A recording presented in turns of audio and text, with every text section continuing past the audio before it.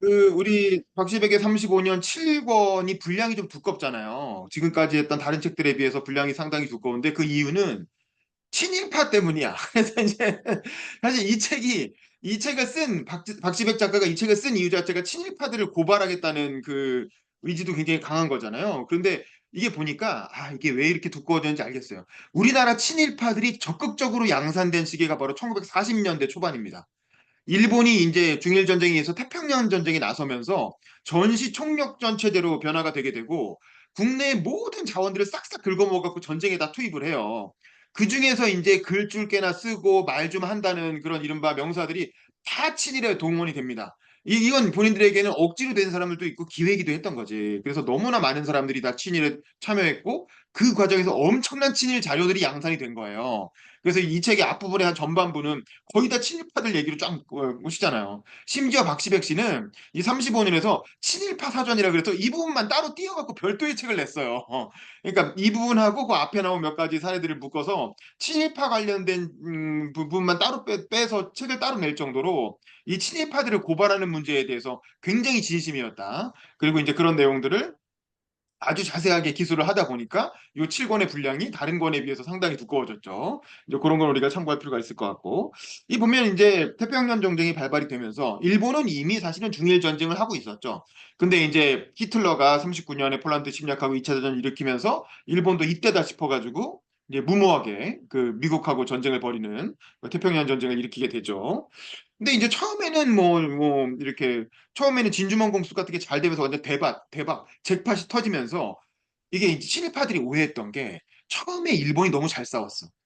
그 전쟁의 초창기에 일본이 너무 잘 나가가지고 뭐 미국도 이겨버리고 그다음에 막 동남아로 막 동남아는 이제 권력의 진공 상태가 생기니까 동남아에 사실은 제국주의 국가들이 거의 다 뭐 프랑스, 영국, 뭐 네덜란드 뭐 이런 나라들이잖아요. 그런 나라들이 이제 독일한테 침략을 당하면서 그러면서 이제 그 전력 전선이 주로 유럽으로 가버리니까 이 동남아가 갑자기 확 진공 상태가 된 거예요. 그러니까 그 진공 상태를 밀고 일본이 이렇게 쫙 내려와 버린 거죠. 그러니까 이런 식의 어떤 국제 정세에서 40년대 초반까지만 해도 어 일본이 완전 그야말로 우길승천의 기세로 우길승천기처럼 성장하고 있었기 때문에 이제 국내에서 일본으로부터만 정보를 얻는 국내 지식인들은 야, 진짜 일본이 정말 세계적인 대강국이 되는구나. 이런 타이밍이면 우리도 빨리 일본에 묻어가야 되겠다. 우리도 일본인이 돼야 되겠다. 이런 착각을 할 만해요. 이제 그런 상황에서 너도 나도 이렇게 앞다퉈서 친일에 뛰어들게 되는데 그러다 보니까 그걸 또 매일신보라고 하는 친일 언론이 일일이 기록을 해가지고 다 남겨놨어. 그러니까 그게 기록이 다 있으니까 이걸 어떻게 부정할 수가 없는 거예요. 그러니까 그 자료가 수도 없이 많이 축적이 됐고, 그러니까 그걸 다 책으로 소개하려다 보니까 이 7권의 분량이 왕창 늘어나게 됐다. 이제 그런 생각이 들고.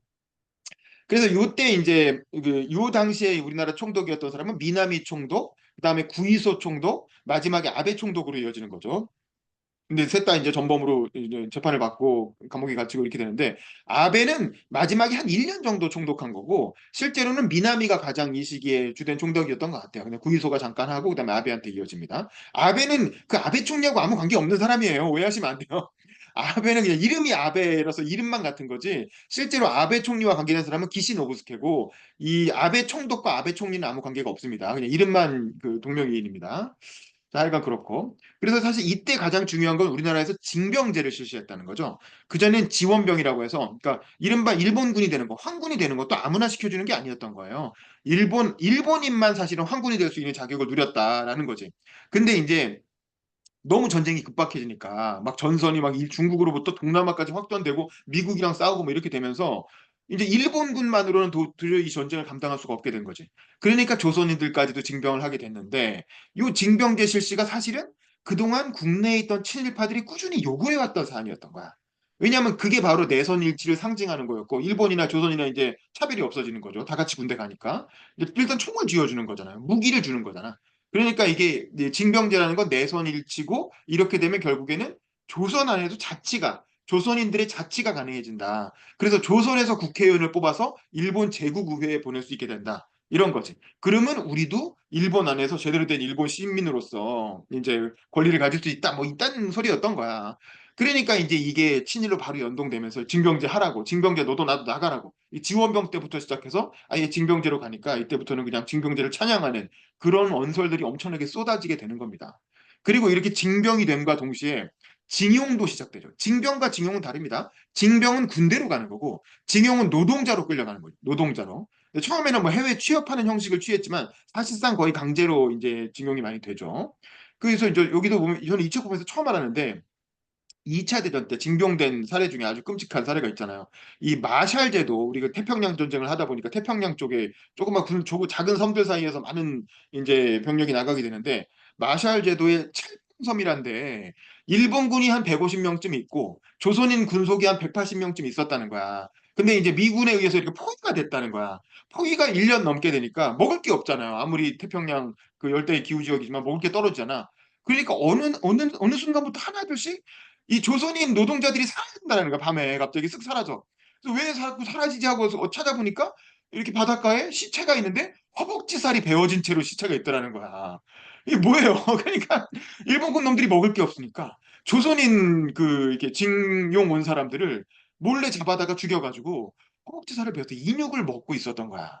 그래갖고 그거에 아주 대충격을 받아서 그 180명의 어떤 징용공들이 반란을 일으키죠. 그래갖고 막 몇 명 죽이기도 하고 뭐 이렇게 내전이 일어나니까 결국에는 무장을 하고 있는 건 군인들이었으니까 기관총으로 다 학살해가지고 그 조선인 그 징용 오신 분들을 싹 다 죽였다는 거 아닙니까? 180명을 다 학살해버린 그런 사건도 있었고 저는 진짜 이런 사건은 나중에 영화로 만들어야 되지 않겠어요?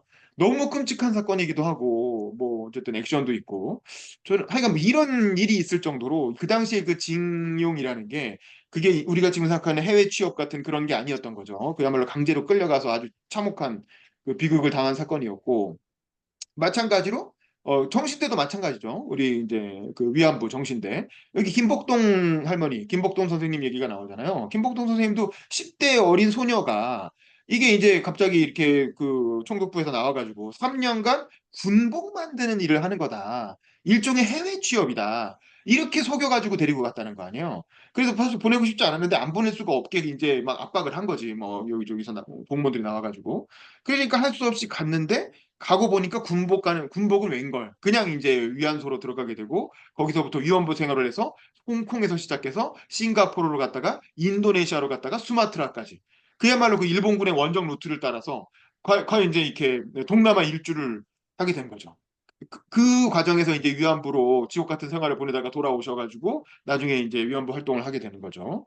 이게 이제 이 그 근로정신대라는 게 그러니까 지금 그 반일 종족주의 뭐 이제 그런 거 쓴 사람들이 얘기하는 것처럼 뉴라이트가 얘기하는 것처럼 자발적인 어떤 매춘 행위 이런 게 절대 아니었다는 거죠. 물론 이제 그런 사람도 아주 소수 있었을 수 있지. 일부 섞여 있을 수 있지만 그 자발적인 어떤 성노동자만으로는 그 수요가 감당이 안 됐고 그러니까 이제 조선의 젊은 그 소녀들을 이렇게 사실상의 취업 사기를 통해서 뭐 총불로 들이대고 끌고 갔다 뭐 이런 거는 잘 모르겠어요. 이제 우리는 이제 영화 같은 거 보면 비행 같은 거 보면 일본군이 와서 총뿌리를 들이대고 끌고 간 것처럼 그렇게 묘사를 하기도 하는데 제가 보기엔 이것도 하나의 어떤 아주 극단적인 사례를 대중화한 거지만 대부분은 요런 김복동 선생님의 사례가 비슷했을 것 같아요. 부모들이 설마 자기 딸을 매춘이라고 생각했으면 그 보냈겠어요?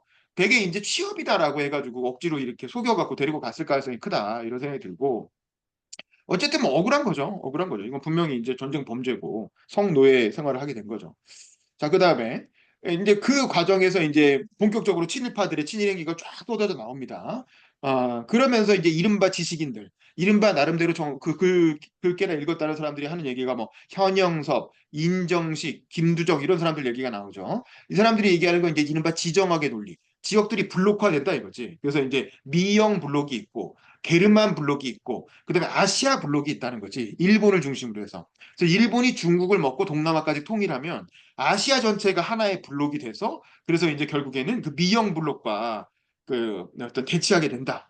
그러면 우리도 그 아시아 블록에 빨리 이제 편입이 돼야 된다. 뭐 이런 주장인데 뭐 이제 뭐 공국계나 무슨 대단한 전략가인 것들처럼 얘기를 하지만 결국에는 이게 그 관동군의 악마라고 불린 관동군 참모였던 이시하라 간지의 그 인류 최종 전쟁이라는 책이 있잖아요. 그래서 거기서 나온 얘기를 그냥 조금 변형한 아류 그런 논리들이었다. 결국 일본군의 논리를 다 가스라이팅 돼가지고 자기들의 논리인 것처럼 그렇게 이제 줄줄 웬 것에 불과했다. 결국 맞지도 않았고 그런 얘기죠. 그리고 지식인 셀럽 중에서는 있다고도 나오지만 여러분이 알아두셔야 될 4대 셀럽이 있어요. 유명한 4대 셀럽. 이광수, 윤치호, 최남선, 최린. 요 네 명이 4대 셀럽이야.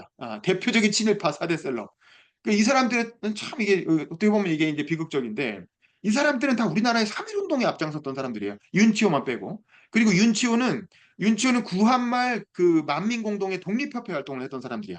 그러니까 이른바 개화파 지식인이라고 하는 사람들이 다 나중에 이제 친일파로 변절해가지고 이제 그 유명한 사람 다 친일파가 돼서 이게 친일에 아주 앞장서면서 아까 말한 이제 내선 일체와 그를 통한 자치론 이런 논리 그러니까 빨리 징병 나가라 이런 논리를 엄청나게 이렇게 떠들고 다니게 됐다라는 거죠. 그러니까 참 이 지식인이라는 게 이 나약한 지식인이라는 게 결국에는 이제 어떻게 국가가세를 해서 권력에게 악용되는가라는 걸 아주 잘 보여주는 사람들이 이런 사람들이었고 이 사람들 중에 이제 최린만 반민특위에 끌려가가지고 자기 죽을 죄 졌다라고 반성하는 입장을 냈고 나머지 윤치호는 일제시대에 아마 죽었나 뭐 해방될 때까지 살았는데도 너무 노인이어서 별로 영향력이 없었고 이광수, 최남선 이런 사람들은 다 뭐 북한에 납북되기도 하고 뭐 그렇게 되죠. 그러니까 하여간 그 젊었을 때 아주 천재적이었고 이렇게 글과 말로 이름을 알렸던 사람들이 심지어 최남선은 3.1 운동, 3.1 독립선언서를 기초한 사람이잖아요. 그리고 이광수는 2.8 독립선언서를 기초한 사람들이고. 근데 이런 사람들이 다 그렇게 진일로 넘어가서 아주 엄청난 대진일의 악명을 남기게 되죠. 그다음에 귀족들은 이제 되게 조선시대 구한말 권문 귀족들이 이제 이렇게 넘어가게 되죠. 민영휘는 이제 휘문고등학교 만든 그 유명한 민영휘죠. 민비 일족이죠. 근데 이 사람이 민영휘가 후손들이 많았는데 그 사람들이 다들 엄청나게 돈이 많고 엄청난 마당발들이어가지고 여기저기 친일단체에 다 이름을 올리고 참고로 이때 휘문고등학교를 만들었는데 그 휘문고등학교의 교편을 그 수학 선생님으로 그 계셨던 게 저희 외할아버지예요. 저희 외할아버지도 이제 휘문고등학교 일본 유학 갔다 와서 그 아마 민영이한테 후원 받아갖고 민영이 집에서 뭐 이렇게 과외 선생 같은 거 하다가 후원 받아서 일본 유학도 갔다 오시고 휘문고등학교 선생님도 하셨는데 뭐 그 외할머니의 증언에 따르면 뭐 민영이 되게 훌륭한 사람이었다 얘기하긴 하는데 어쨌든 뭐 이 민영이 후손들 또 윤덕영은 이제 고종의 그 두 번째 와이프 그 쪽이죠. 그다음에 이제 손병준 같은 일제 그 구한말 유명한 친일파 이완용 후손들 이런 사람들이 다 엄청난 거부가 돼가지고 일제시대에 똥똥거리고 잘 살았고 귀족자기 받고 잘 살다가 이런 사람들이 다 해방 후에 어떻게 됩니까? 해방 후에 이제 쪽팔리니까 그 이완용 자손들 뭐 이런 사람 살 수가 없잖아. 그러니까 대개 다 정체를 숨기고 미국으로 이민을 가죠. 그래서 그 스토리에서 영감을 받아서 만든 영화가 뭡니까? 그게 최근에 나온 파묘예요, 파묘.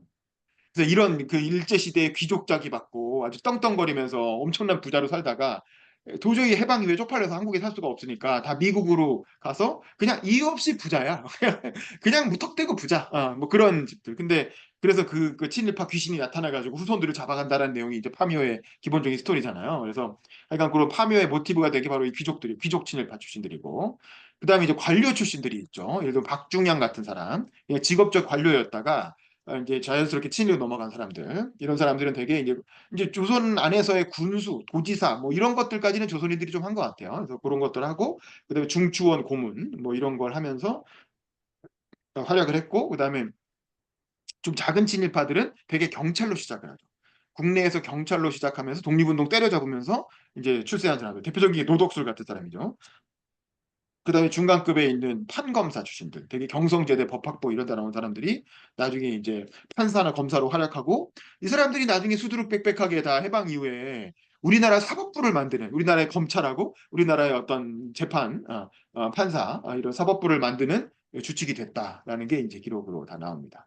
또 군인 출신은 이제 크게 보면 일본 육사 출신이 있고 만주 관동군 출신이 그 만주 군관학교 출신이 있죠. 그래서 일본 육사 출신은 되게 일본 육군의 엘리트로서 아주 열심히 싸웠죠.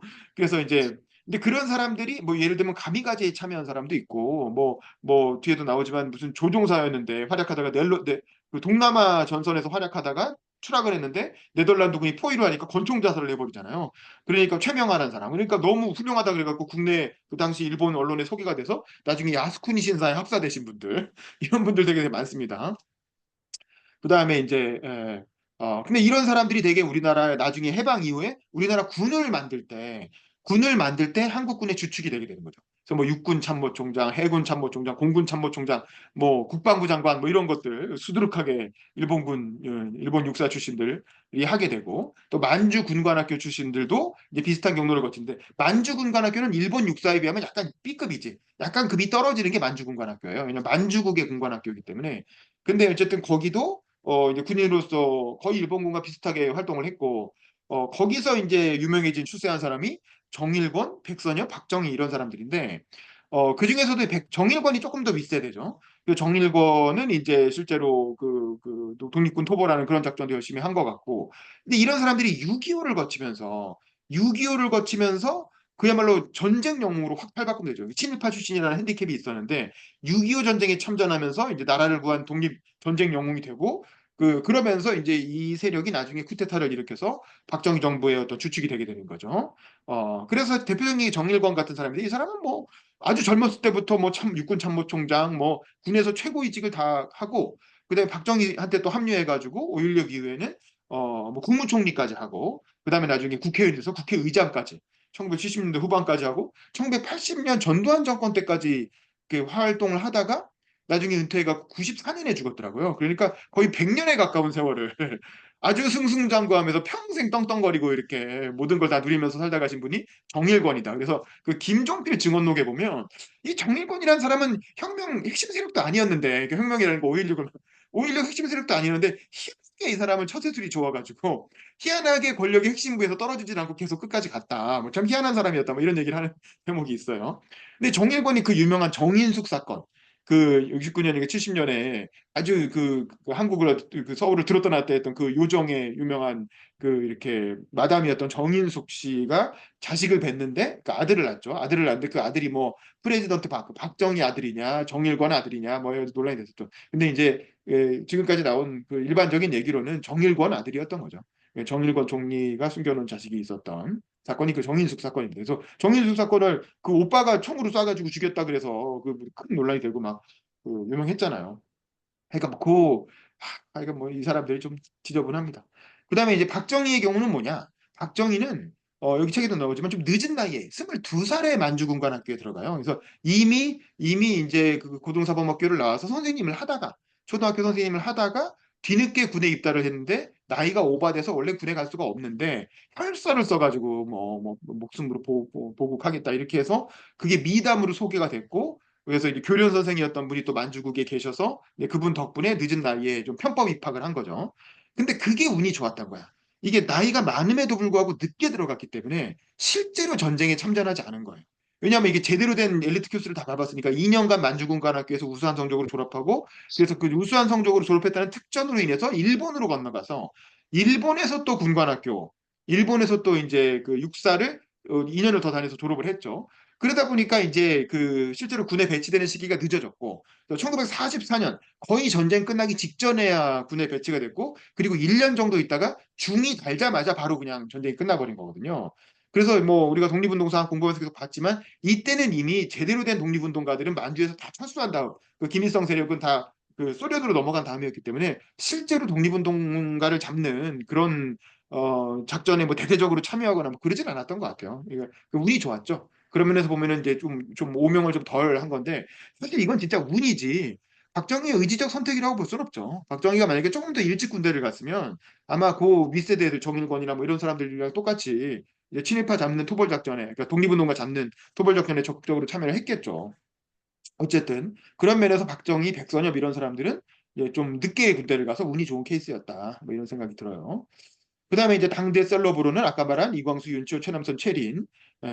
이광수는 이제 그 소설가로 아주 문필을 떨쳤고 28 독립운동선언을 기초했고 윤치호는 독립협회의 그 윤치호고 최남선은 이제 3.1운동 독립선언서를 기초한 사람이고 최린은 천도교죠. 천도교. 그러니까 우리가 동학을 동학에 대해서 굉장히 좀 낭만적인 생각을 갖고 있는 경향이 있고 우리나라 민주주의의 기원을 자꾸 동학에서 찾으려고 하거든요. 진보 진영 쪽에서는 뭐 도올 김용옥 선생이나 뭐 그런 사람들 자꾸 동학에 대해서 막 이렇게 대단하다라는 식으로 이렇게 하는데 잘 생각해 볼 필요가 있어요. 동학이 그 동학 농민운동 할 때까지는 그 뭐 의미가 있는 민족 운동이었지만 그 이후에 급속도로 친일화됩니다. 그래서 동학의 그 이용구 뭐 이런 사람들이 있잖아요. 그래서 나중에 이제 동학이 일진회로 변하는 거예요. 일진회라는 게 일본하고 합치자는 운동을 하는 사람들이었잖아요. 그러니까 이게 조선이 결국에는 그 동학이 학살된 게 일본이 학살한 게 아니에요. 조선 정부에 의해서 학살된 거예요. 그 알잖아요. 그 전투 그 무슨 고개 그 무슨 전투였죠? 그 유명한 거기서 학살된 게 그 민비가 보낸 그 민비가 시해될 때 그때 민비랑 같이 죽은 그 사령관이 학살을 한 거야 기관총으로. 그렇게 해가지고 민비 세력에 의해서 고종에 의해서 학살됐고 그리고 나서 조선에 대해서 완전 만정이 떨어진 거예요 동학도들이. 그렇게 하면 에이씨 이럴 바엔 차라리 일본이 낫다라고 해서 일본 쪽으로 이렇게 최재호 죽고 이렇게 동학의 초기 지도부가 다 괴멸되고 나서 그 다음에 이제 3세대로 넘어가면 그냥 친일로 넘어가게 됩니다. 그래서 그게 일진회가 됐다가 이제 한 계파는 완전히 일본 쪽으로 넘어가고 그 다음에 또 나머지 그래도 그건 아니지 않냐라고 남아있던 게 이제 손병희였던 거죠. 3대 교주였던 손병희가 그래도 아니지 않나라고 생각하다가 3.1운동에 적극 결합을 하게 됐고 그 3.1운동을 천도교가 중심이 돼서 다시 한번 일으키죠. 그게 이제 천도교가 동학과 천도교가 그렇게 해가지고 명맥을 이어가긴 하지만 그 3.1운동 이후에 손병희는 이제 그때 잡혀 들어가서 감옥에서 옥사해가지고 죽어버리고 그 다음에 사실 동학을 이끈 게 그 천도교를 이끈 게 사실상 최린이란 말이에요. 근데 최린은 그 다음에 다시 친일로 넘어간다는 거죠. 그래서 사실은 굉장히 그 이후에 대표적인 거두 친일파로 온갖 군대의 얼굴을 다 내밀고 활약을 한단 말이지. 그래서 사실은 그 동학과 천도교의 역사를 우리가 한번 좀 이렇게 객관적으로 살펴볼 필요가 있어요. 그래서 난 동학을 우리나라 민주주의에 그냥 이렇게 시조로 이렇게 꼽는 것도 한번 좀 생각해 볼 필요가 있다. 그런 생각이 들어요. 저는 그래서 동학과 독립협회가 둘 다 똑같이 공과 과가 있다. 그러니까 우리나라 민주주의의 양대 어떤 시초라고 하면 동학과 독립협회 이거 두 개를 둘 수가 있는 건데 사실은 그 동학도 친일을 했고 독립협회도 친일을 한 거예요. 그러니까 양쪽 다 사실은 그 독립운동, 그 민주주의의 어떤 기원이라는 의미도 있고 친일이라는 멍에도 양쪽 다 갖고 있다. 이렇게 봐야 저는 객관적일 것 같다는 생각이 듭니다. 그다음에 이제 문인들로 넘어오면은 뭐 이광수, 최남선 정도 급은 아니지만 그거보다 그 다음 세대들 뭐 김동인 아시죠? 우리 감자 배따라기 김동인 또 여성 문인 중에 뭐 모윤숙, 노천명 모가지가 길어서 슬픈 짐승 뭐 이런 거 이제 유명하시잖아요. 이런 사람들이 다 친일파. 그다음에 이제 우리나라 우리나라 헌법을 기초한 유진호 선생 그 야당 국회의원도 하셨고 이런 분들이 다 친일 활동을 하게 된 거죠. 왜냐면 그게 교수고 막 이러니까 그냥 이제 40년대 초반에 막 노도나도 징용가라라고 하고 이걸 안 하면 사실상 활동을 할 수가 없는 거야.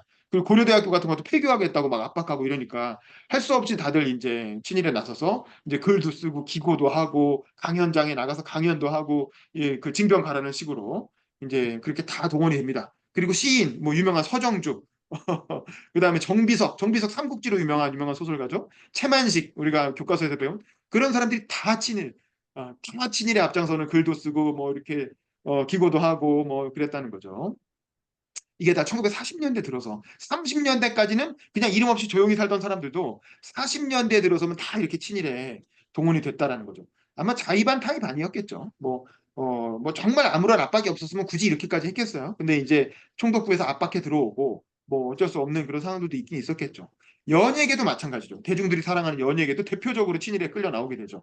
수많은 연극인, 영화인, 무용인 이런 사람들이 죄다 친일파로 이렇게 이름을 남기게 되고 뭐 우리가 아는 그 유명한 최승희 씨, 그 한국 무용의 시조라고 할 수 있는 최승희 씨도 일본에서 현대 무용을 배워와가지고 이제 뭐 한국과 뭐 전 세계로 막 이렇게 일주를 하면서 지금으로 치면 김연아처럼 그 당시 조선이 낳은 최고의 스타였는데 근데 이 양반도 결국에는 이 40년대에는 친일에 적극적으로 동원이 되다가 나중에 북한으로 넘어가가지고 북한에서 인민배우가 돼요. 그러니까 이게 좀 재밌는 게 이 연예인들은 북한으로 넘어간 케이스가 많은데 북한에 넘어가서 다 인민배우 대접을 받으면서 또 북한 정권에 굉장히 또 이렇게 충성하는 그런 연예인들이 또 됩니다. 그러니까 그런 거 보면 참 이게 체제에 저항하는 삶을 살면서 셀럽으로 산다는 게 이게 쉬운 일이 아니구나. 그래서 한용운처럼 그렇게 완전히 딱 이렇게 하다가 죽거나 그러지 않는 한 대부분 뭔가 글줄 빼놔서 이름 좀 알려진 사람들은 이 체제가 그렇게 압박을 하면 그 맞서기가 참 쉽지 않다. 뭐 그런 생각이 들어요.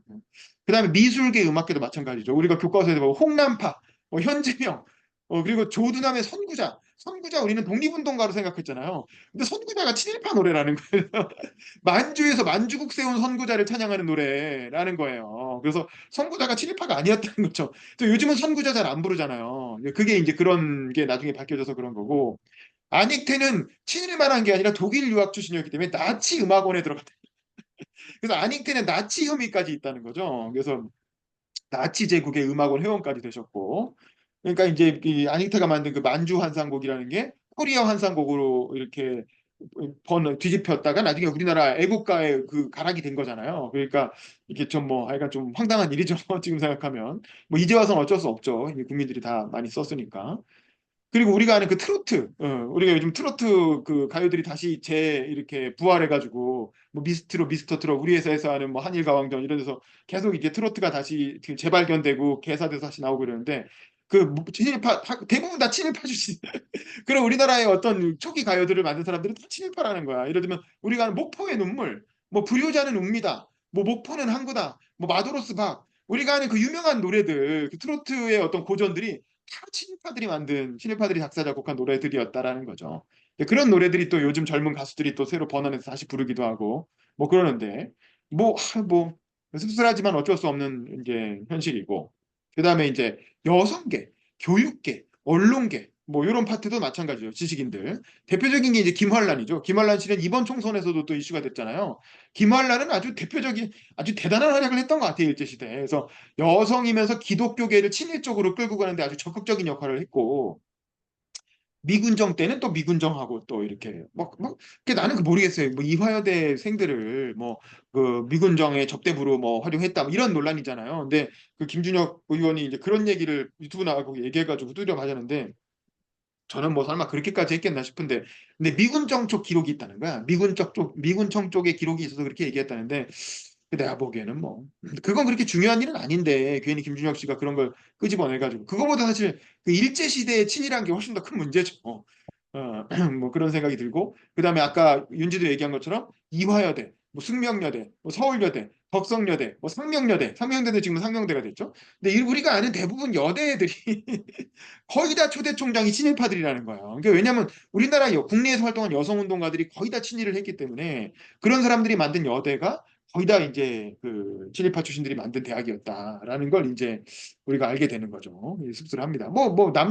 종합대학도 마찬가지죠. 뭐 연세대, 고려대, 뭐 서울대, 뭐 말할 것도 없이 다 친일의 흔적이 묻어 있는 대학들이고, 그다음에 이제 언론계에서는 조선일보의 방응모, 뭐 동아일보의 김성수, 그다음에 장덕수, 뭐 이런 사람들 다 기라성 같은 인물들이고 언론계를 대표했던 인물들인데, 일제에 의해서 강제 폐간이 된 이후에도 뭐 방응모는 뭐 이렇게 빛의 광인가요? 뭐 그런 잡지 하면서 계속 친일 그 출판을 했고, 뭐 김성수, 장덕수 이런 사람들도 이 그 징병가라는 그런 강연이나 뭐 기고 많이 하면서 결국 친일에 적극적으로 협력을 하게 되죠.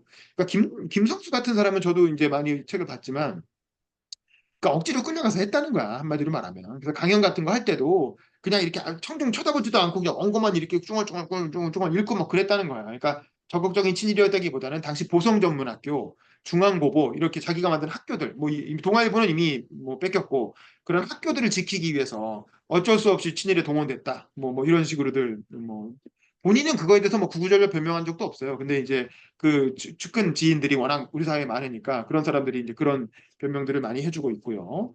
그다음에 김성수의 동생이었던 김연수 이런 사람, 경성방직 사장했던 이런 사람들이 이제 돈이 많으니까 돈으로 또 친일을 하게 되고, 종교계는 기독교, 천주교, 천도교, 불교, 유교 할 것 없이 5대 종교가 다 친일에 적극적으로 참여를 해서, 특히 1940년대에는 뭐 종교를 불문하고 다 야스쿠니 뭐 다 그 당시 이제 천황이죠. 천황 신사참배 다 하고, 그다음에 이제 다들 이제 징병 가라고. 아니 불교는 살생을 금지하는 종교인데 너도 나도 가서 전쟁터에 열심히 나가라고 그렇게 홍보하는 활동에 아주 적극적으로 했고, 제게도 아까 말한 김성수 동생 김현수나 뭐 화신백화점의 박흥식이나 뭐 비행기 공장 만들었던 백낙승, 그리고 광사랑 최창학 이런 사람들이 다들 이렇게 엄청난 거부가 돼서 그 돈으로 일본에 주로 이제 헌금을 많이 했죠. 뭐 비행기 사는 돈을 많이 냈던 것 같아요.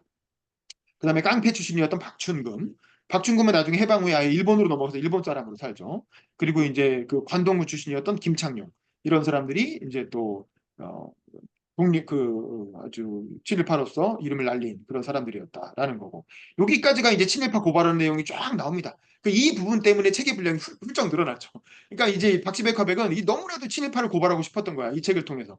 그래서 이제 친일파 고발할 내용을 쫙딱 정리해 놨다가 이제 40년대에 빵 하고 이렇게 친일의 기록들을 싹 정리해가지고 이름 실명으로 쫙 적어서 사실 이렇게 이게 다 실명이지만 사실 되게 작가로서 리스크가 있는 거거든요. 이런 걸 이렇게 대중적으로 써놓으면 나중에 후손들한테 명예훼손 소송 같은 게 들어올 수도 있고 뭐 조금이라도 팩트가 틀리면 막 소송 걸릴 수도 있고 그럴 텐데 그럼에도 불구하고 그런 리스크를 감수하고 이렇게 다 쓴 거는 너무나 이거를 이제 이렇게 자기 사명감 이 35년이라는 책을 쓴 사명감인 거죠. 내가 이걸 쓴 이유는 독립운동가들의 어떤 그런 것들을 활약을 알리고 친일파들의 어떤 그런 행위들을 이제 기록하기 위해서 이 책을 쓴 거죠. 대단하신 분이다라는 생각이 들고 그다음에 이제 다시 독립운동 쪽으로 넘어오면 뭐 노동자 농민운동, 청년학생운동 또 일본군에서 탈주하는 일본군 탈주자 중에 유명한 사람은 장준하 선생 뭐 이런 분이죠. 이런 운동들이 있습니다. 근데 이때는 너무 일제의 폭압이 아주 극에 달한 상황이라 제대로 된 어떤 운동다운 운동을 했다기보다는 되게 태업 노동자 같은 경우는 파업을 하면 바로 두드려 맞고 경찰에 끌려가고 뭐 이러니까 파업을 안 하고 태업을 해가지고 생산량을 줄이는 방식으로 그런 식으로 이제 아름아름 저항을 했다는 거고 그다음에 조선어학회 사건 유명한 조선어학회 사건이 있었고 그다음에 이제 독립운동가들의 활약을 보면 이제 건국 준비에 본격적으로 나서게 되죠. 우리 도산 안창호나 몽양 여운형 얘기할 때 많이 얘기했지만 이 해외에서 독립운동하는 사람들은 국제 정세에 아주 민감했기 때문에 이게 태평양 전쟁이 일어나는 순간 아는 거예요. 저 미국하고 일본이 전쟁을 벌이다 드디어 갈 때까지 갔구나. 이러면 이제 일본은 반드시 패망한다. 그러면 독립의 때가 온다. 이렇게 생각을 했고 이제부터 본격적인 독립 준비에 들어가게 되죠. 근데 여기서 또 중요한 게 장제스죠. 장제석. 장제스는 이제 좌파는 김원봉을 후원하고 우파는 김구를 후원했잖아요. 근데 이제 40년대에 들어오게 되면 이제 니네들이 합쳐라 이제 자꾸 단일화해서 우리가 하나만 지원하겠다. 그러면서 이제 김구한테 몰아주게 되죠. 그러면서 김원봉을 압력을 넣어가지고 김원봉한테 광복군에 합류해서 그냥 임시정부로 들어가라. 그래가지고 이제 김원봉은 또 그때 자기 세력들이 자꾸 김원봉 세력은 의열단 출신들인데 무장투쟁을 하고 싶은데 자꾸 김원봉은 정치인이 되어가니까 이게 마음에 안 들었던 거야. 그래가지고 그냥 만주로 넘어가 버리죠. 그래서 이제 1차로 최창학이라는 사람이 중심에서 1차로 데리고 가고 그 김원봉의 측근이었던 윤세주까지 또 일부를 데리고 또 만주로 넘어가니까 김원봉 세력이 점점 줄어드는 거야. 그러니까 더 이상 안 되겠다 싶어갖고 이제 양김시대 이른바 독립운동의 양김시대를 청산하고 김원봉이 김구 휘하로 들어가게 되죠. 그 내용을 다룬 게 우리가 밀정이라고 하는 밀정이라는 영화 전에 뭐 있어 암살이라는 영화에 보면 조승우 씨가 김원봉 역할을 하잖아요. 그 얘기가 나오는 게 바로 그 시점인 거죠. 그래서 이제 김원봉이 김구 밑으로 들어가면서 광복군의 부사령이 되죠. 그래서 지청천이 총사령관이고 밑에 부사령관으로 들어가게 됩니다. 약간 김원봉 입장에서는 자존심을 좀 구긴 거죠. 왜냐하면 김원봉의 조선의용대가 사실 더 광복군보다 더 세력도 크고 더 사실은 혁혁한 그런 게 있는데 약간 좀 이제 이렇게 밑으로 들어간 겁니다. 여기서 결국 김구의 버티기가 승리한 거예요. 김구가 어쨌든 임시정부라는 걸 꽉 쥐고 또 하나는 장개석을 쥐고 있었다는 거지. 이게 중국에서 활동하는데 중국을 장악하고 있는 장개석의 도움을 받았기 때문에 아무래도 독립운동 내에서는 중국에서 독립운동하는 세력 중에서는 김구가 가장 유리할 수밖에 없었던 거죠. 그리고 그 김구가 그런 유리한 고지를 줄 수 있었던 건 윤봉길, 이봉창 의거 덕분인 거고. 그런 면에서 보면 어쨌든 김구가 그 의열 투쟁을 통해서 어쨌든 지켜낸 임시정부라는 명분을 쥐고 지켜낸 그런 어떤 버티기가 결국에는 이 40년대에 와서 성과를 보게 되고 그때부터 이제 독립운동 사분오열 됐던 독립운동가들이 어쩔 수 없다. 라고 해가지고 결국 이제 임시정부 산하로 다시 돌아오게 되죠. 그러면서 임시정부가 이른바 좌우합작정부를 이제 꾸리게 됩니다. 그러면서 그래도 이때 임시정부 때 의미 있게 해낸 일은 그 광복군의 어떤 작전 통제권. 광복군이 원래 사실은 처음에 장개석의 돈을 받았기 때문에 장개석이 사실상 중국군이 지휘하는 지휘권을 중국군한테 넘겼다가 나중에 이제 좌우합작을 하면서 어떻게든 이것 뺏기면 우리는 그냥 친중 정권밖에 안 된다. 우리는 독립성이 없다. 이렇게 해가지고는 우리가 굶어 죽는 한이 있더라도 이렇게 해서는 안 된다라고 해서 결국 자존심을 지켜내서 광복군의 어떤 지휘권을 도로 가져오죠. 그거는 의미 있는 성과라고는 할 수 있는데 다만 이제 여전히 장개석의 돈을 받았기 때문에 친중 정권이라고 하는 그 미군의 의혹을 불식시키지는 못하죠. 그래서 해방 이후에 지난 시간에 얘기한 것처럼 해방 이후에 어떤 이 정부로서 환국하지 못하고 개인 자격으로 환국할 수밖에 없었던 거. 그리고 상해 임시정부가 중경 임시정부가 그대로 우리나라의 정부가 되지 못하고 우여곡절을 겪었던 거는 바로 이때 그 친중 정권이라는 의혹. 그걸 미국이 그래서 공식적으로 승인하지 않은 거. 요게 이제 결정적인 문제였다는 생각이 듭니다. 뭐 어쨌든 또 하나 중요한 성과는 그것과 함께 카이로 선언에 조선을 해방시킨다는 내용을 넣었다라는 거. 그게 굉장히 중요한 성과죠. 사실 이게 그 2차 대전 이전에 식민지였던 나라 중에 이런 선언문에 이름이 나온 나라가 거의 없다는 거예요. 거의 유일한 사례라는 거예요. 그리고 또 하나 중요한 점은 조선인들이 노예 상태라는 점을 유념하여 이렇게 해방시킨다. 이러면 이렇게 조선이 일본의 일부가 아니라 일본의 노예가 되어 있다. 그래서 그 노예 상태를 벗어나기 위해서 많은 사람들이 독립운동하고 있다라는 거를 어쨌든 카이로 선언에서 인정을 해줬다는 거죠. 그래서 조선이 노예 상태라는 점을 인정했다는 거. 그게 포인트고. 다만 해방된 이후에는 일본이나 미국이나 영국은 바로 독립시켜줄 생각은 없었고 심탁 통치를 하려고 했던 거죠. 일종의 어떤 잠정적인 관리 시기를 거쳐야 된다고 생각을 했고 그게 들어간 게 in due course라는. 그러니까 원래는 적절한 시기에라고 해서 at 뭐 어떤 moment 이렇게 하려고 했는데 그 루즈벨트는 그렇게 하려고 했는데 이제 하여튼 영어권이잖아요. 그러니까 처칠이 그렇게 하면 안 되고 at 무슨 certain moment 하면은 특정 시점이 되면 무조건 넘어간다는 거잖아요. 그래서 그게 아니라 그 in due course 적절한 과정을 거쳐서 라고 해가지고 그 내용을 바꾼 거예요. 근데 우리나라에서 번역할 때는 적절한 시기에 라고 이렇게 번역을 했지만 in due course 원래는 적절한 과정을 통해서 독립시켜준다. 그 in due course라는 게 사실은 신탁 통치를 의미하는 거였던 거지. 그건 이제 처칠이 그렇게 왜냐하면 이거를 너무 조선을 해방시킨다는 게 너무 강조되면 해방 이후에 인도도 해방시켜야 되는 거 아니냐, 인도도 독립시켜야 되는 게 아니냐 이런 압박이 들어올 수 있기 때문에 그걸 피하기 위해서 일부러 인듀코스라는 표현을 넣었다는 거예요. 근데 결국 인도도 2차 대전 이후에 해방이 되죠. 어쨌든 그 부분이 있다는 게. 근데 그래서 결국엔 요걸 넣어준 거는 이거는 임정의 성과고 그러면서 장제스의 공인 거예요. 그래서 우리가 장개석한테 굉장히 큰 빚을 졌지. 그래서 해방 이후에 장개석 부부한테 다 이렇게 막 그 건국 훈장도 주고 막 그랬다는 거 아닙니까 우리가? 그다음에 좌익 계열에서 이제 조선 의용군이 그 우익 계열이 이제 그 대한민국 임시정부의 광복군이었다면 좌익 계열의 독립운동가들은 조선 의용군으로 만주로 넘어가 가지고 이제 좌익 계열이 되게 이제 팔로군 그 중국 공산당 학위하에서 활동을 하고 있었는데 이게 만주의 정세가 되게 애매해지면서 그 팔로군은 거의 소탕되다시피 했고 그 소련은 일본과 본격적인 전쟁을 안 하고 있는 상황이었고 왜냐면 소련은 지금 독일이랑 싸우는 게 급하기 때문에 일본하고까지 전선을 펼칠 여력이 없었어요. 그래서 이제 일본하고 소련은 그 당시에 불가침 조약을 맺고 있었고 그래서 전쟁을 안 하고 있었기 때문에 이게 그 만주로 넘어간 조선 의용군이 일본하고 싸울 수가 없는 거야. 그 싸우고 싶어도 싸울 수가 없으니까 그냥 약간 이게 정보부대처럼 간첩 역할이나 하던가 이렇게 좀 뭐 이런 정도 수준이었고 이 김일성 그룹도 소련 내로 들어가 가지고 전력을 보존하면서 눈치 보면서 훈련이나 좀 받고 이런 상황이었던 거죠.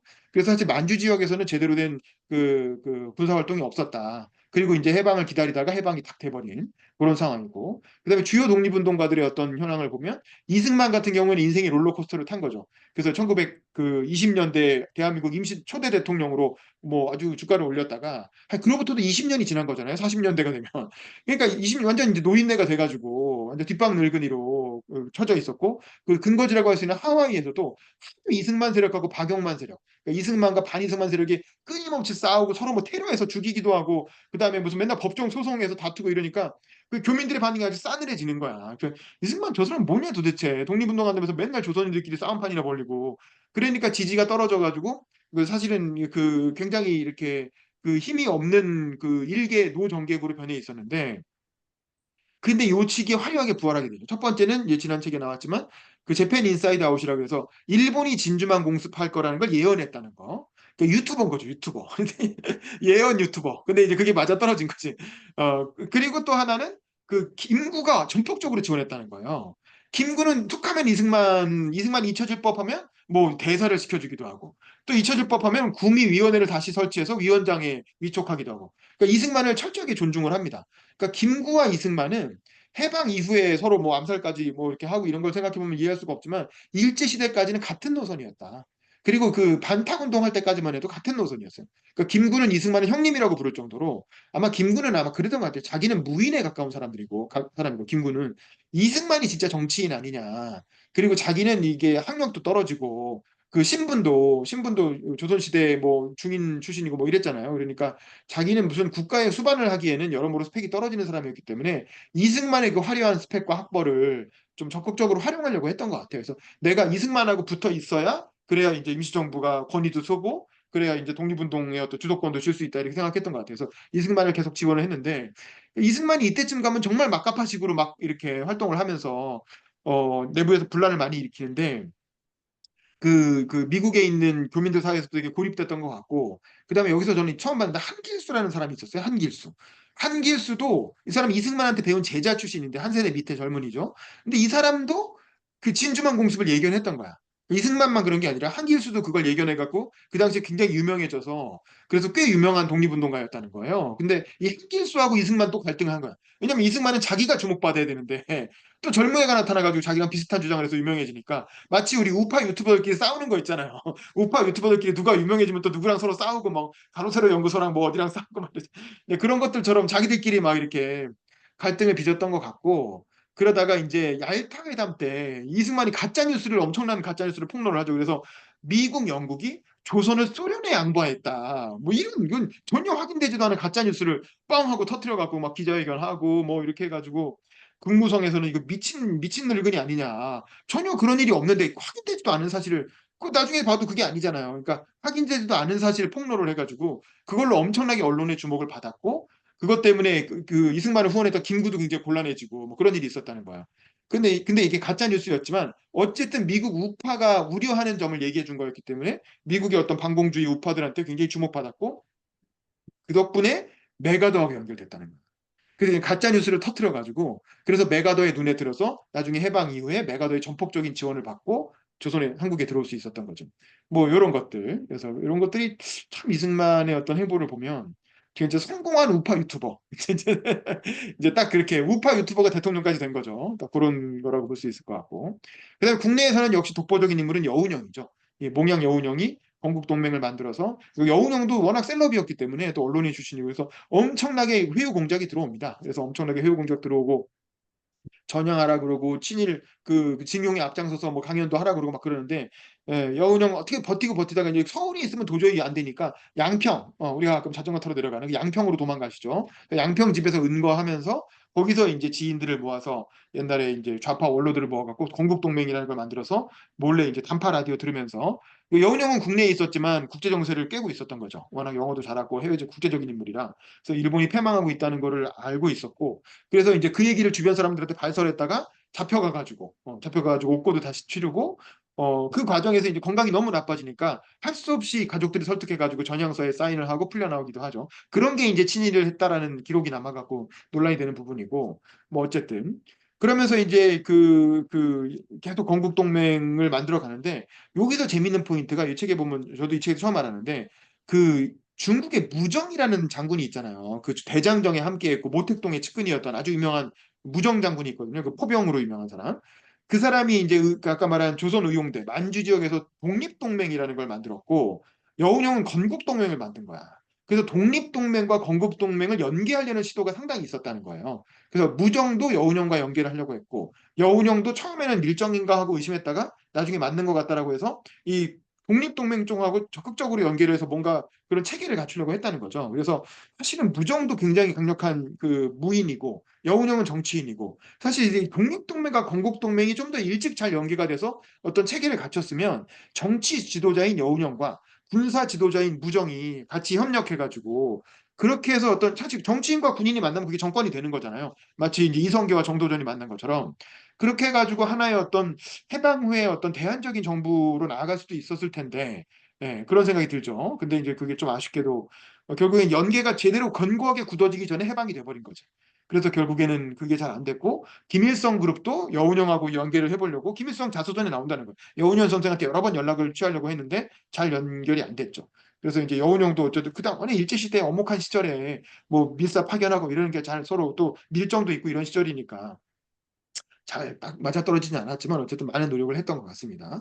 그래서 요게 됐으면 어쩌면 이승만, 김구 이것과 다른 형태의 새로운 대한 정부가 요 세력을 통해서 나올 수도 있지 않았을까 싶은데 아쉽게도 그 무정은 북한에 합류해버리고 여운형은 암살되고 이러면서 이제 결국에는 그 가능성이 사라지게 됐죠. 그러니까 무정은 결국에는 북한군에 참여해가지고 6.25에 참전했다가 결국에는 이제 숙청당해갖고 북한군 내부에서 숙청돼서 중국으로 갔다가 중국에서 다시 북한으로 들어왔다가 그 다음에 뭐 죽었다고 하더라고요. 그래서 무정이라고 하는 사람도 아주 대단한 그 군인이었고 뭐 굉장히 김일성 못지않은 그 군사적인 그 이름을 가진 사람이었는데 뭐 해방 이후엔 별로 오히려 6.25에 참전해갖고 오명을 남기게 됩니다. 그다음에 이제 어쨌든 해방 이후에 그런 독립운동가들이 속속 이런저런 되게 이제 개인 자격으로 김일성 같은 경우에 소련군에 묻어서 이제 이렇게 국내로 들어오게 되고 이제 그거까지 이제 국내 정세를 다루죠. 이 책은 해방까지만 다루니까 그렇게 하고 또 하나 좀 비극적인 사건은 그 200만 명의 일본에 가 있던 우리 동포들 중에 150만 명이 조선으로 귀국을 했는데 그 중에 이제 어떤 배 하나가 수천 명을 귀국선을 태우고 들어오다가 파를 내가지고 현해탄에서 그래서 수천 명이 수장되는 사건이 있었다는 거예요. 우리는 그런 거 잘 모르잖아요. 지금 같으면 엄청난 사건인데 그 당시에 워낙 혼란스러운 시기라 그 별로 잘 이렇게 뭐 우리한테 잘 기억이 안 되는 것 같죠. 근데 너무 비극적인. 사실 해방이 안 됐으면 그분들 안 돌아가셨을 텐데 아니면 차라리 일본에 남았으면 안 돌아갔을 텐데 그러니까 수천 명이 그 배 타고 돌아오다가 그게 이제 일본의 음모라는 설도 있고 아니면 그냥 미군이 매설한 그 해양 그 기뢰 거기에 운이 재수 없게 폭발해갖고 죽었다는 설도 있고 그런데 어쨌든 너무 안타까운 비극적인 사건도 있었다. 이 사건도 나중에 기회가 되면 영화 같은 걸로 만들어 올 만한 일이 아닐까 싶고 그 다음에 이제 그 개별적인 독립운동가들 마지막에 해방을 못 보고 안타깝게 돌아가신 그런 분들 얘기가 막판에 좀 나오죠. 그래서 이제 그 유명한 아리랑의 그 주인공이 김산 잠지락 이분도 이제 중국에서 그 독립운동을 하시면서 몇 번 체포가 됐다는 거야. 근데 체포돼가지고 국내로 압송됐다가 다시 또뭐 무혐의로 풀려나가지고 다시 중국으로 돌아오고 뭐 이걸 두 번이나 반복했다는 거예요. 그러니까 중국이 보기엔 되게 이상하잖아. 중국 공산당이 보기에는 아니 어떻게 일본에 끌려갔다가 죽지도 않고 다시 살아서 멀쩡하게 돌아와가지고 중국으로 돌아서 활동하냐. 그러니까 밀정 아니냐. 일본에 포섭된 거 아니냐. 이런 의심을 받아서 결국 40년대에 그 총살돼서 죽었다는 건데 그 죽기 직전에 님 웨일즈라고 하는 그 유명한 여류 작가를 만나서 그 사람이 이제 송 오브 아리랑이라 그래서 이제 아리랑이라는 책으로 냈고 이게 80년대 제가 대학 다니는 90년대까지도 그 우리나라 대학가의 아주 필독서로 독립운동가들의 어떤 잊혀진 독립운동가들의 어떤 서사를 보여주는 필독서로 많이 나오죠. 그러니까 이 님 웨일즈가 김산을 되게 좋아했던 것 같아요. 김산이란 사람의 인품과 지성과 그 어떤 뛰어난 면모에 되게 매료돼가지고 이 김산에 대해서 아주 좋게 써줬죠. 그게 김산이라는 사람이 이 리메일즈 아니었으면 있는지도 몰랐을 텐데 그래서 우리한테 이름이 알려졌고 그다음에 이동영 선생 우리 임시정부 초대 국무령을 했던 이동영 선생이 40년대까지 살아남지 못하고 일찍 그냥 자연사 하신 거죠. 돌아가셨고 우리 한용운 선생님도 불교계를 대표하는 독립운동가였던 한용운만은 끝까지 그 친일로 넘어가지 않고 어쨌든 독립운동을 하면서 자기 자리를 지키면서 살다가 돌아가셨고 그리고 김원봉 선생의 와이프였던 박차정 여사 박찬영 장군 이분도 이제 40년대 끝내 해방을 보지 못하고 중국에서 돌아가시죠. 아마 이제 전투에 참전을 했다가 총알을 맞았는데 파상풍이었던 것 같아요. 총으로 인한 그때는 치료를 제대로 못하는 시절이니까 그 후유증이 이어져 가지고 돌아가셨고 그다음에 이제 이육사는 의열단 출신이었죠. 의열단 출신이고 그 우리가 아는 그 유명한 멋진 뭐 광야 뭐 이런 멋진 시들을 쓰셨죠. 근데 이분도 옥사를 하게 되고 또 윤동주, 송몽규, 요 동주라는 영화를 통해서 재조명이 됐던 이게 되게 젊은이였는데 충분히 해방 이후까지 살아남을 수 있는 사람들이었는데 아니 감옥에 가가지고 1년 만에 다 죽어버린단 말이에요. 그러니까 이게 분명히 엄청난 고문을 당했거나 아니면 무슨 주사를 놨다는 거 아닙니까? 그래서 그 기록에 보면 내가 정체 모를 주사를 계속 맞고 있다 뭐 이런 얘기가 나와요. 그래서 이거 인체 실험을 했던 거 아니냐 이제 뭐 이런 얘기도 있고 뭐 그렇습니다. 어쨌든 너무 안타까운 그 분들이 많이 계셨고 그럼 일본은 그럼 패전 이후에 어떻게 됐느냐? 일본은 이제 그 사실 이게 아마 일본 제국 최후의 날인가라는 영화가 있어요. 그 영화에 보면 일본의 청년 장교들이 마지막까지 그 패전을 항복을 거부하고 쿠데타를 일으켜가지고 천황을 중심으로 쿠데타를 일으켜서 다시 한번 결사항전을 하려고 하다가 결국에는 이제 천황이 그걸 거부하죠. 쿠데타를 거부해 버리니까 결국엔 할 수 없이 항복을 받아들이면서 한 350명이나 청년 장교들이 자살을 했다는 거야. 활복하기도 하고 권총 자살하기도 하고 이렇게 해서 아주 일본의 아주 미친 군국주의자들은 그때 이제 되게 죽었고 그리고 나서 도조 히데키 같은 그 총리 출신 그 A급 전반들 이런 사람들은 7명 정도가 사형을 당했다는 거야. 근데 사실은 그 주요 의사결정자는 이 A급 전범들, 이제 그 책임자들인데 이 사람들 중에서는 죽은 사람은 7명밖에 안 되고 나머지는 대개 감옥에 가 있다가 이른바 역코스 정책이라고 해서 미군정이 보수화되면서 도로 다 풀어주게 되죠. 그리고 그런 사람들이 나중에 자민당을 만들어서 그 기시노 부스케 같은 사람들 이런 사람들이 결국에는 일본 정치를 좌지우지하게 됩니다. 그 다음에 또 재밌는 점은 B급 전범인데 오히려 그 미국, 영국 연합군 포로를 학대했던 사람들은 수천 명이 사형당했다는 거야. 그러니까 이 사람들도 그냥 멀리 있는 의사결정자보다 자기 눈앞에 있던 놈들이 더 미운 거지. 그러니까 미군에서도. 그래서 그런 어떤 B급 전범이지만 포로 수용소를 담당했던 사람들이 수천 명이 다 사형을 당했고 그 중에는 조선인들도 꽤 있었다는 거야. 그 조선인 출신으로 이제 그 포로 수용소 담당했던 사람들이 그때같이 전범으로 묶여서 많이 사형을 당했다고 합니다.